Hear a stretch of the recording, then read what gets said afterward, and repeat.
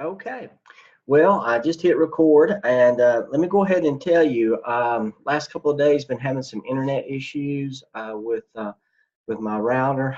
We've had to reset it several times last couple of days. So, if for some reason during this time frame that we have this evening, I lose connectivity, just sit tight. What I will do is I'll get on, send you a get on once I get it rebooted and it's back online.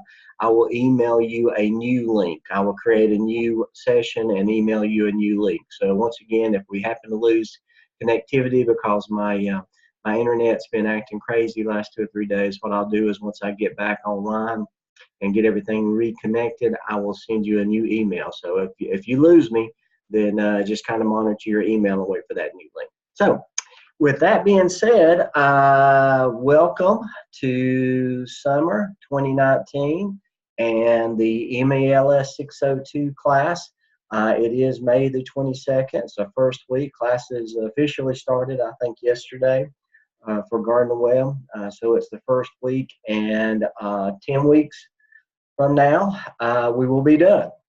So it's going to be I always call it the Fast and Furious. It's going to be a fast and furious semester. Now, a little bit's changed with this class.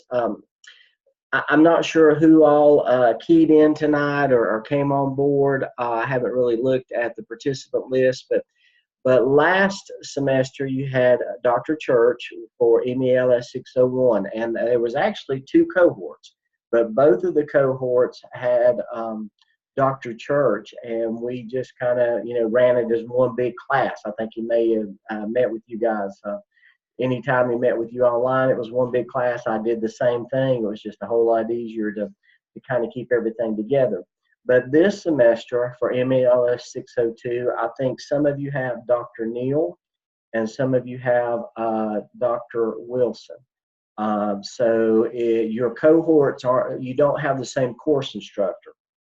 And really, the only thing that might be different is, each course instructor, of course, they have a standard syllabus that they go by, but then again, they do have academic freedom, and so they may do things a little bit different.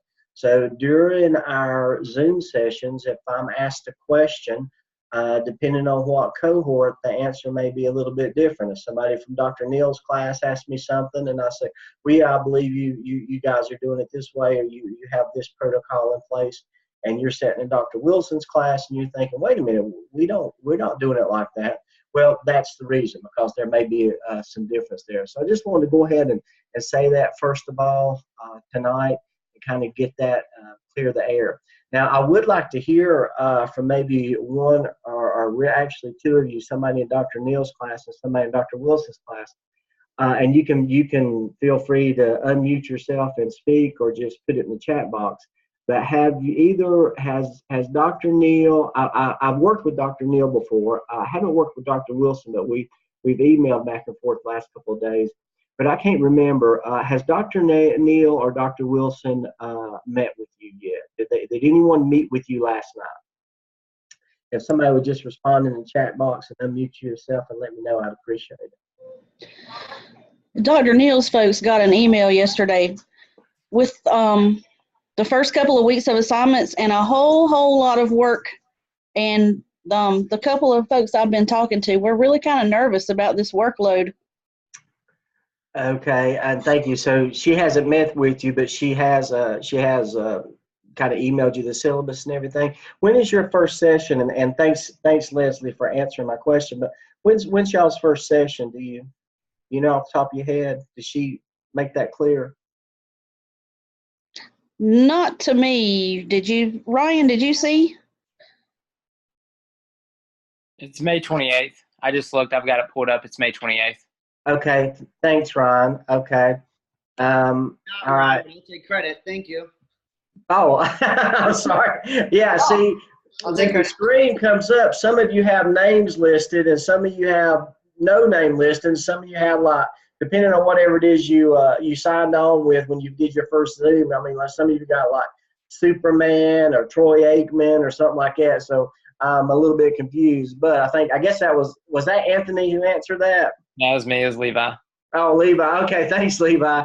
I appreciate it. My screen, I only see who's talking as it populates. I don't see everybody the way I got it right now. But anyway, I would just recommend that you kind of voice that concern. You can do that via email. It might be a little bit more easier, I guess, to let her know your concerns. Email about the workload rather than kind of put her on the spot. She's a great lady. Like I said, I've worked with her before, and it's the first time I've heard about. And actually, I've worked with her during the summer semester. And I haven't looked at the syllabus, so I can't really comment on it. But yeah, if you got any concerns about that, let her know. I've always known her to be, someone easy to work with, and just like Dr. Church was. But anytime you have a concern or you feel like you're getting overwhelmed, you can always reach out to me. It doesn't just have to be with the APSL. It can be anything, and if I can help you, I will. So no one, from what I gathered in the chat and from what you told me, no one has met online. So I just kind of wanted to know that. I know Dr. Church, because this came up. I haven't met with my 603 cohort yet, but this did kind of come up in conversations with the course instructor there and a couple of the candidates already just via email. Dr. Church always told you, best of my knowledge, is when you finish task 1 of the APS, or when you finish task 2 of the APSL, he wants to see it, and then he wants to see it and give the opportunity to kind of review it, maybe kind of hit on some of the big things before you send it to me. I like that process. I think it's helpful for you to kind of get the rough draft of the app. In this case, it would be the APTL. Kind of get that polished off before you send it to me in Blackboard. And Dr. Church was always good to kind of give you some preliminary feedback. Of course, you get your peer feedback, preliminary feedback on that, and then send it to me.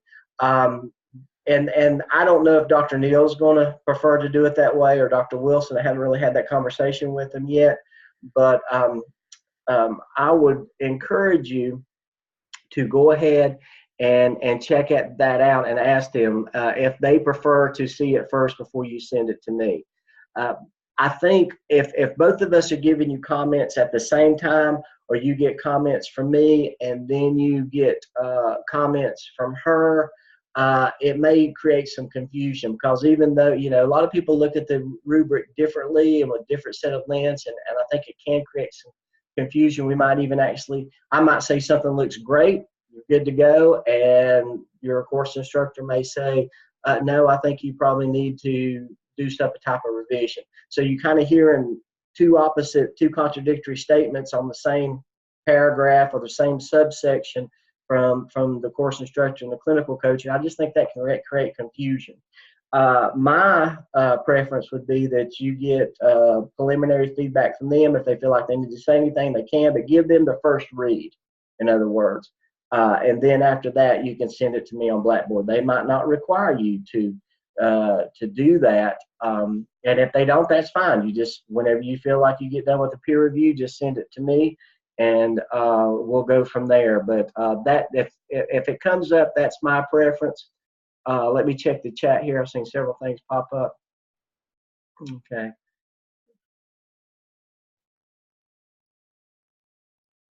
Okay, let me kind of look at the chat boxes here.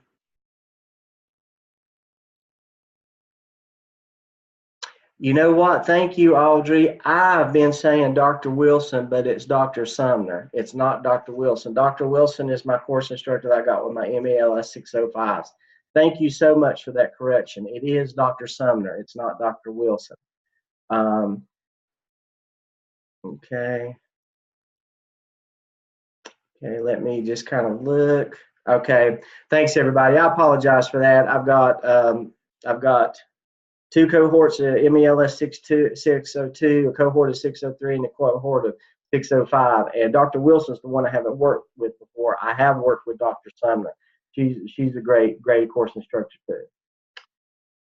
Okay, so I really don't see any questions from me. I see you guys are kind of talking amongst yourself, so I'm going to pop out of that chat box real quick. So like I said, that's kind of, I would prefer that they take a look at it. I think that's what they do. It's been a while since I've worked with both of them, but make sure that you do that.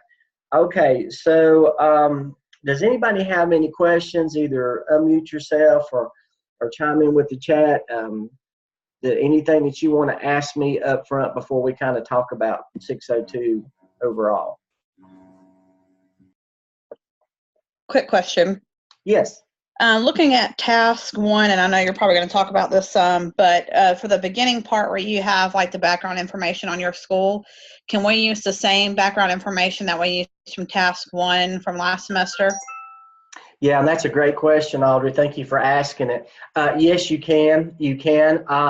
You might want to focus in on different areas. The ACTL is all about teacher empowerment and teacher leadership. So when you do that background, you may want to focus in a little bit more on the credentials of your teachers than you might have. And some of you did. Some of you went really detailed about that. And that's kind of why, if you'll remember, some of the times in your task 1, especially in your background, I would comment, well, what about your teachers?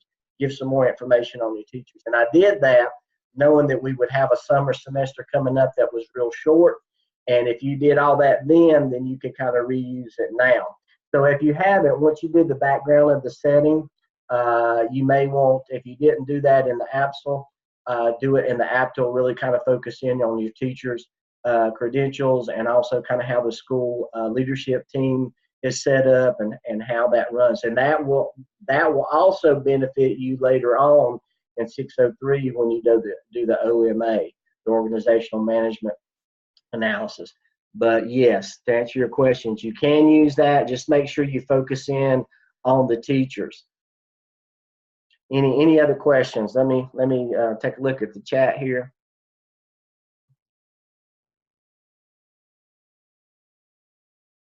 As far as being in the same peer group, I don't know for sure. That's a question for your course instructor. I would guess that you would probably, there's chances you will be in the same group, but to my knowledge, when I went over the roster, everybody is exactly the same. Both cohorts of 601, same group of everybody.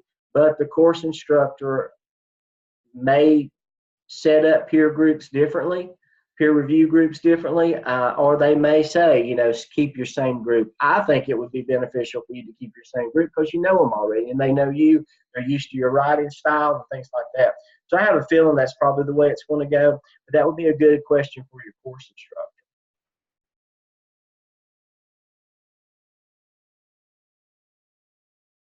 Great. Dr. Sumner had at least said to her class to email her your groups from last semester. You guys can read that in the chat box, so that'll work. Good stuff. Any other questions that I can help you with?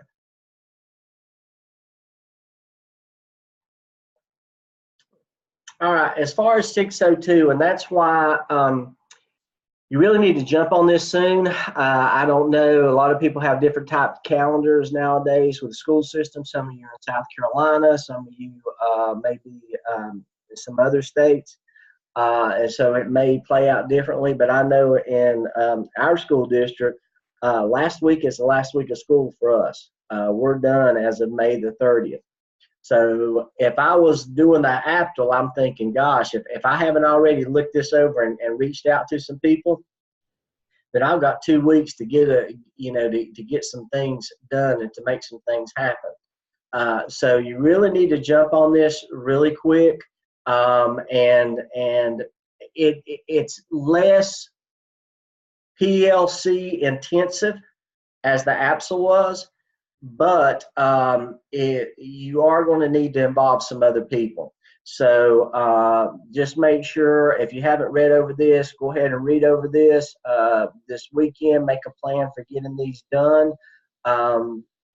Once again, if you need to do some things through email or actually Zoom with some colleagues, then go ahead and set that up now.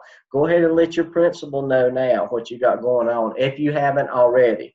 That's just read through the 602, read through the APTL, kind of get an overview of what you need to do. Go ahead and look at the task and the rubrics and kind of hit the ground running on that.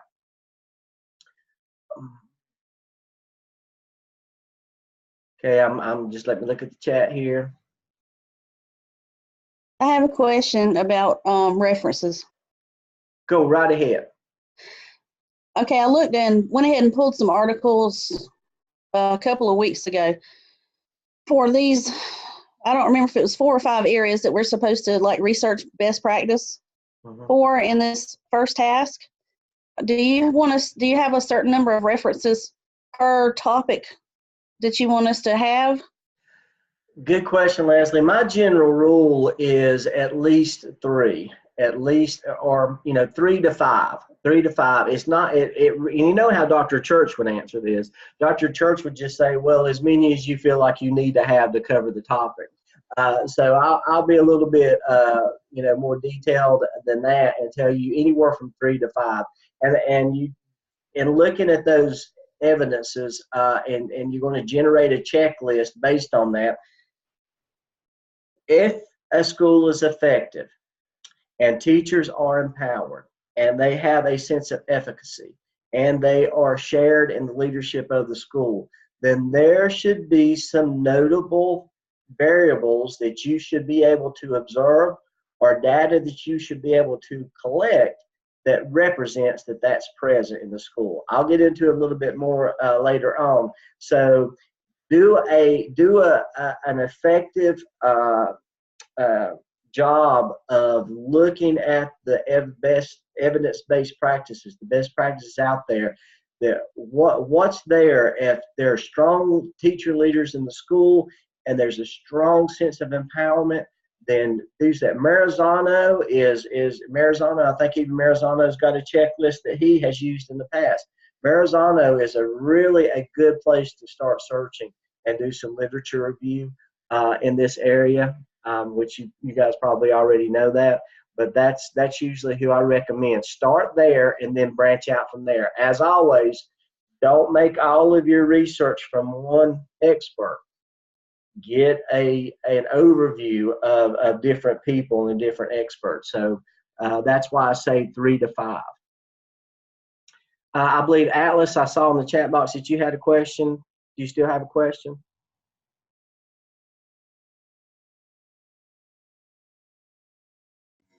Yeah, I wrote it there. Go 2 ahead. things. Sorry, the first one, there's always rumors going around this time, which is kind of funny, but it happens every year that our assistant principals are going to be moving and we're going to get new people coming in and stuff. So when we do our hours or when we meet with our principals or assistant principals and they're not there over the summer because they're 10 months employees, they're going to a different school, like what do we need to do in those kind of circumstances? Can we use like another principal from a different school? Great question. If your site mentor changes, now if they're just out for the summer, if they're just a 10-month employee and they're out for the summer, then just do it via email. And if you run into an issue where they're a 10-month employee, they grab the kids and the bags and they're off to the Bahamas the whole summer and won't be back in August and won't answer email. Just let me know ahead of time. We can work around that. So try to get that done via email. If they get a new job, your assistant principal's your site mentor, he or she gets a job and they've got their own school. You, at that point in time, I'm going to change the screen real quick. Don't let me forget to come back to the chat box and do those questions. Okay. You can go to the looking glass, go to maintain information, scroll down to the very bottom, update site supervisor. Oh, okay. There's a form there for you to fill out your, and if go ahead and fill that out, and you may not know, the wheels turn slowly when it's as far as getting communication about what's happening, even though they may be fast paced in the hiring and interview and kind of getting the word out. Usually nobody's going to say anything until the end of school because they want to focus in, on the last day of school. Right. Focus on doing well. Let's not focus on who's going to be where. But as soon as you know, go to your looking glass. Once again, it's under maintain Right. information, and there's the link right there to put that new information in. Okay. Let's see. I'm going to go back to the chat. Thank you. Oh, you're welcome. You're welcome. No, I haven't seen anything about the NC report card. However, as we go through the program, that is important, and when that information comes out, just know where you can lay your hands on it, because you will need it as we progress through this program. So let's unless somebody has another question real quick, let's get into the APTL. Okay, hold on just a second. Well, you know, it's okay, Chelsea. Coming from Wilkes County, I've got that. You know, I need English as a second language because I have a redneck accent. So that's probably what I said. Probably wasn't the way you heard it. It was probably the way I said it. So don't worry about it. Okay. Now 602, the APTL, Analysis and Action Plan for Teacher Empowerment and Leadership. This is basically the same thing that you did in the APSL, but it's an action plan, just like the APSL was an action plan. But the APSL was all about student learning, was all about student academic achievement and student growth. It's what plan could you formulate based on your needs assessment to come up with the best practice to implement into a group or a body of students and cause some kind of positive impact. So it's all about student learning. It's all about the students. The APTL is the same thing, but it's all about teacher empowerment and leadership. So what you're going to do is you're basically going to do some research, as we already talked about. You're going to do some research, and you're going to find some things out in the research that's kind of best practices that are in an effective school within the context of teacher empowerment and teacher leadership. It doesn't have anything to do with the students, not anything as far as a program or an intervention or a core curriculum that you're going to be working with in regards to students. So you know, you kind of need to switch your paradigm on this, because you're wanting to have a positive impact or cause a positive effect on how teachers are in your building as far as being empowered and in shared decision and shared leadership. So I just want to make sure that's clear. If you write this task up or any of these tasks up and you start going down that trail of student learning, I'm going to pull you back, because that won't float through the evaluation process. It all needs to be on teacher empowerment and teacher leadership. So like I said, I just wanted to make sure that we're clear on that. You're going to, as you know, as being a successful educational leader, as being a principal, not only do you need to be able to look at the data, all the data in your building, and identify those gaps in student achievement through that data, and then help out and have progress in student achievement. You got to do the same thing for your teachers. You got to look at your teachers, and you got to determine what's the culture of my teachers, and what's the, you know, are our teachers empowered, or do they feel successful? Do they feel effective? Can they help in making decisions? As a principal, you need to be able to kind of get a determination of where your school's at, kind of what degree your school is at. And if it's not, you should have some practice and have some knowledge about finding out some of the things and identifying some of the things that needs to change, and then having an action plan to change those for your teachers. So the purpose of this is for you to demonstrate that you can do that you can be an educational leader in relationship to empowering teachers, to help them be more effective, to help them be better leaders, and help them to help you as decision makers in the school. So you're going to kind of collaboratively analyze this. If you look at that next sentence, the task of the artifact will provide candidates the opportunity to collaboratively analyze. That's where the team comes in. That you're going to have kind of a team to help you analyze this and actually collect some of the data that you need to collect. So make sure that you read this over, especially this first paragraph, because it'll give you a good sense of what the APTL is all about. Just a quick, let me go back to the chat. Let me check on some questions here.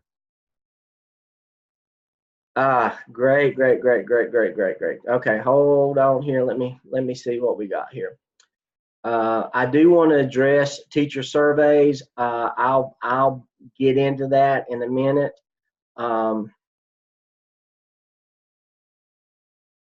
Okay, good question. No, the action plan is how you're going to improve teacher leadership, not in regards to student growth or achievement, just in regards. And I'll kind of get into that, and that kind of flows in with the survey question. So I will talk about that a little bit.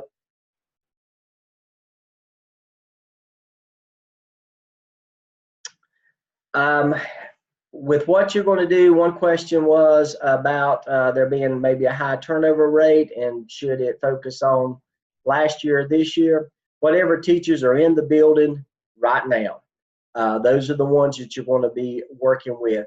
You won't get a chance to implement this action plan just for the nature of it being the summer and it being a short turnaround. So don't feel like, if I implement with what I see now based on what I know now, then it's not going to have any positive impact in the fall, and it may not, but you're not going to have that opportunity at this point in time to implement that action plan.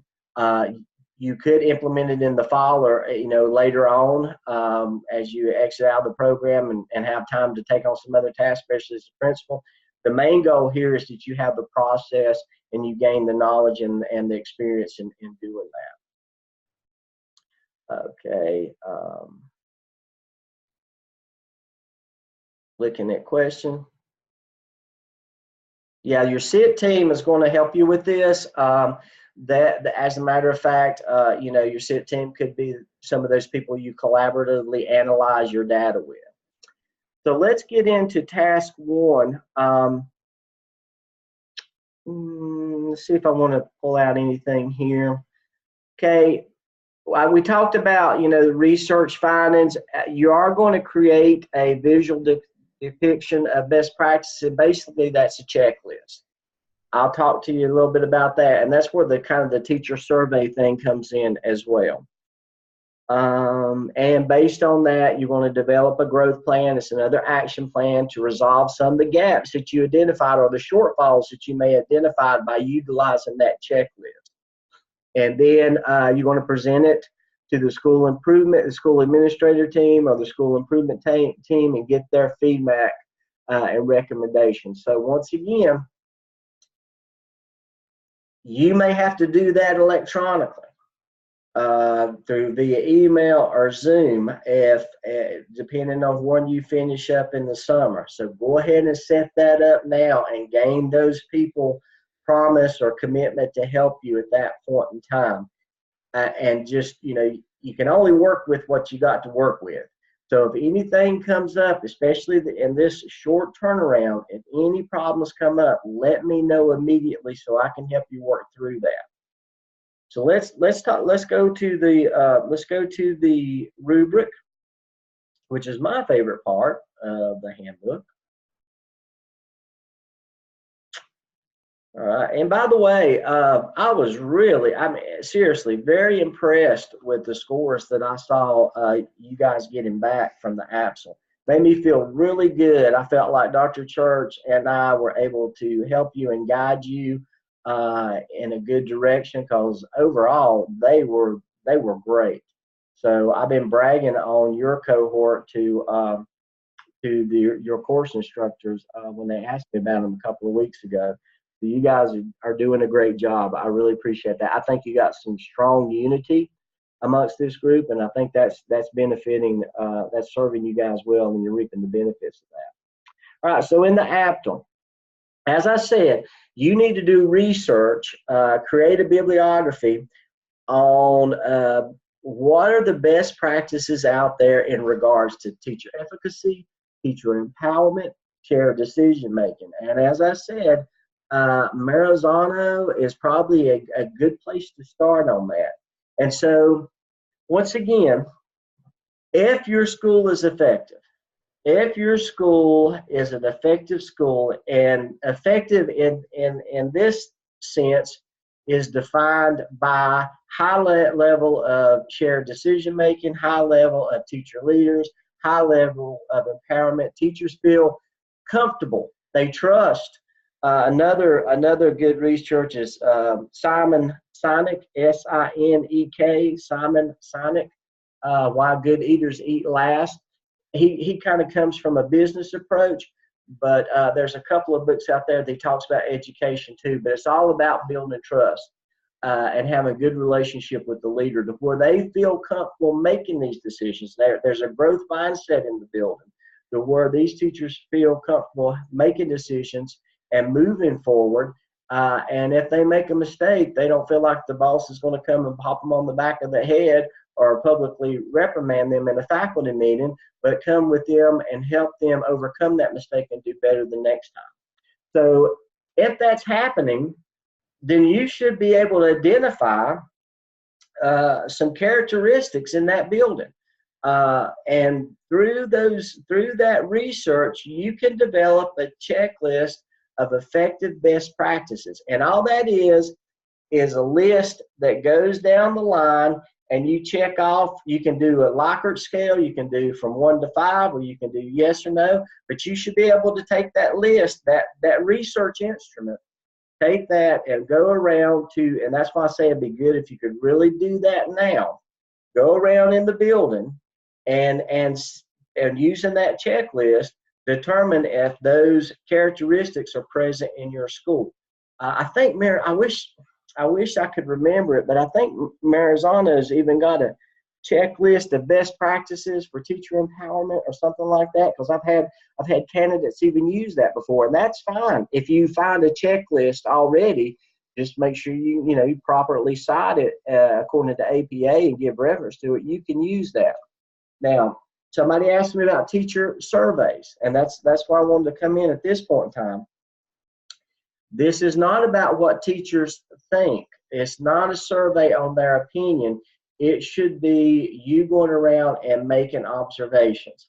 I know in the past, I think teacher surveys were accepted in the APTL, but over the last couple of 3 semesters, it is the focus from Gardner-Webb has been more in regards to the APTL, has been more in lines with the checklist process, not the survey. Surveys can, can be perceptually skewed, and you can do that later on in, I think it's the CAP, cultural advocacy. I can't remember, but I think in 604 you can really pull in teacher surveys, and you'll be working with the teacher working condition survey. That's not what we want. We want a checklist of best practices that give evidence to teacher empowerment and efficacy. And in task 1, you're going to present your literature, and then you're going to talk about how that literature influenced you in developing that checklist. If you find a checklist or a research instrument that's already been developed, then you talk about why you chose that. That's what the narrative is going to be, is why you chose this particular checklist out of all, I said 3 to 5 references. So about those 3 to 5 references, you reviewed all of them, and then you determined that Marizano had this checklist that you wanted to use. And why did you choose that? You want to give, of course, you have your title page. You can do an abstract. Some people do, some people don't. Give background of the setting. Talk about, do your background and description of your school. As far as the research topics that you'll use, they're all listed here for you. You can research building efficacy and empowerment among staff, results-oriented professional development. How's the professional development at your school? Is there a true professional development plan, or is it just kind of, whatever the flavor of the month is, that's what we do professional development on? What about the recruitment and placement? Especially with your mentor. I don't know, You know, you might have teacher mentors in the building. A lot of places, instructional specialists also kind of are the teacher or the mentor for those new students. So, or excuse me, those new teachers. So you might want to find out about that. Approaches for evaluation. How's the evaluation process handled at your school? And once again, how are teachers feeling like they have leadership and making decisions? So there's your research topics right there, and can also serve as the basis for your checklist. I think you need to be a little more detailed than just this right here. Maybe dive into it a little bit based on your research, but that's what you can start with right there. That's a good starting point. I'm going to check for questions.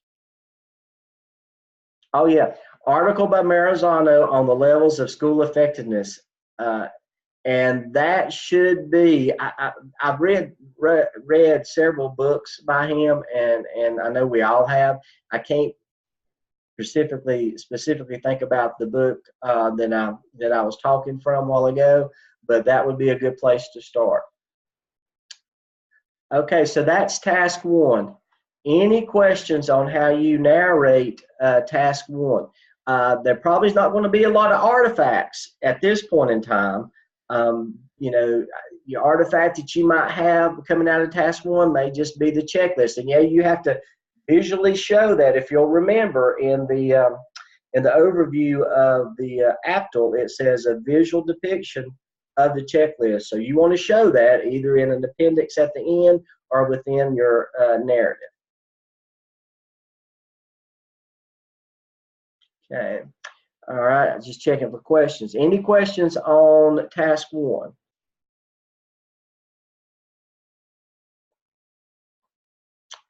Okay. And I will post this recording so you can go back and refer to it. And just as a reminder, kind of keep a track on the time.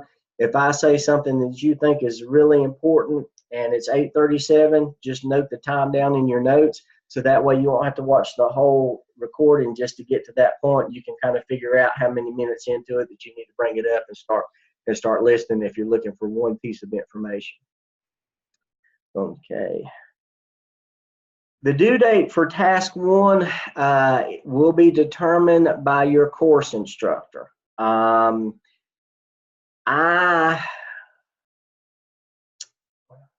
let me think.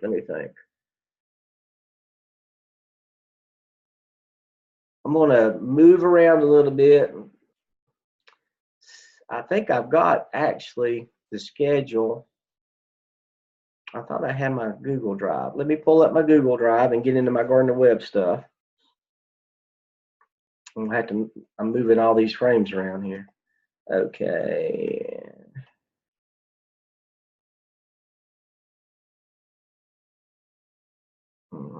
Gardner Web.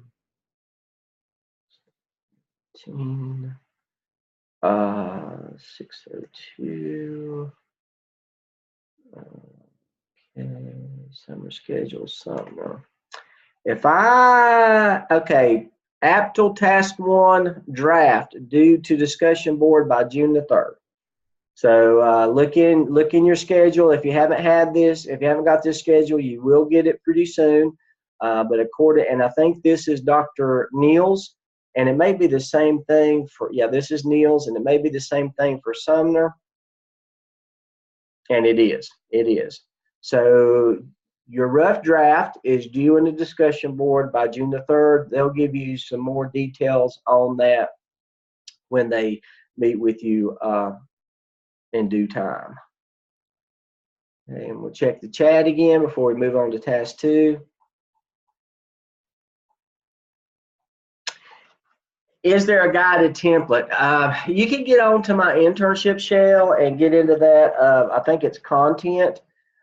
You will find out that we kind of follow the philosophy of gradual release of responsibility.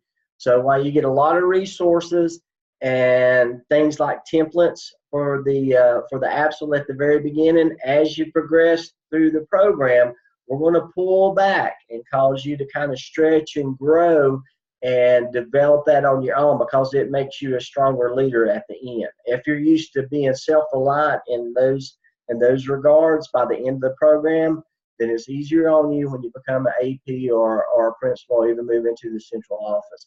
So like I said, if some of you have read the research on the gradual release of responsibility, that's the philosophy that we follow at Gardner Webb.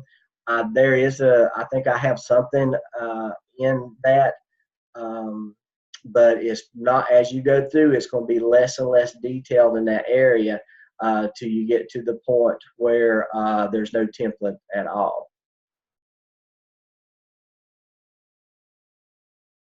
You can do that, but I would.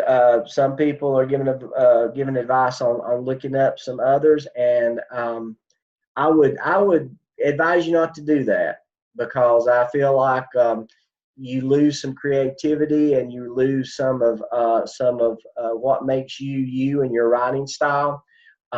If you need additional help on what it needs to look like, you can ask me. I can't stop you from doing that, but I would advise that you just kind of look at it on your own and do your own thing in regards to this. All right. Now, let's go to task 2. Okay, so once you do the literature review, and once you get that checklist built, and I'm going to call it your research tool. Once you get that research tool built, then you use it. You take that checklist and you go and you look at other data too. You can look at anything that deals with teacher empowerment and leadership. But you go through and utilize that checklist, look at your environment and your culture, and see if those things are present.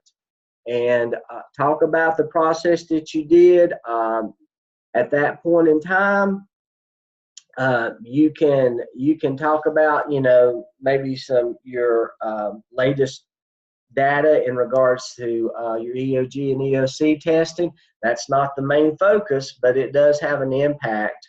And it is data worth looking at, but it's not a true judge, or it's not a true indicator of teacher empowerment, shared leadership. But it is something that you can look at with some other things. But you want to address the 5 areas mentioned below. So when you write this task up, these are your subsections here. When you talk about what you find out. Candidate satisfactorily describes the data collection strategies and findings in the process, and how you identified those gaps based on the utilization of that checklist, based on looking for those best practices. How did you collect that data? How did you analyze that data? How did you present that in written form in your narrative within these 5 areas? So they need to be a huge part of how you build that checklist as you go back and you analyze it and draw a correlation between these areas and what you found out. And then you identify those gaps. You, just like you did in the APSL, you gather that data, you identify the gaps, and that's the basis of your action plan. Then that's what you do at this point in task 2. So the main thing is to develop that checklist based on your literature review, and then utilize that research tool in your building, and then write up how you did that, and go ahead and begin to analyze that data and put that into the narrative. Any questions? We've been going about 45 minutes now, and I want to be really aware of that, because I don't want to overload you on the first night, I guess. We'll talk about the internship shell. Nothing's changed there as far as that process goes. Task stream. The good news is all you've got to submit to task stream this semester is just the APTL. You do not have to do a school of ed disposition. You do not have to do a competency analysis. You still need to keep your competency folio updated, where you take the artifacts and you put them into that folio that you created. You still need to do that. Don't let me mislead you there when I said that you just need to do the APTL. But as far as the DRF, the direct response folio, the only thing that you need to upload there is the APTL to be evaluated. So there's a little bit less there that you need to do. And we'll go over that probably in the next session. We'll talk about APTIL 3 and 4, and then we'll talk, I'll probably, if you feel like I need to address the internship, it still should be pretty fresh in your mind. You post things, you upload things to the review tab, get my feedback, we go through that, and you put it to the Dropbox, you get a grade, then you move on to the next task. That process hasn't changed, so that's still pretty fresh. I'll still kind of go over it briefly, and then once we kind of get towards the maybe in the 5th or 6th week, maybe the 3rd time we meet, I'll talk about task training. The main thing is I want you to get you rolling on your APTIL right now. Okay, I'm going to check and see if there's any questions.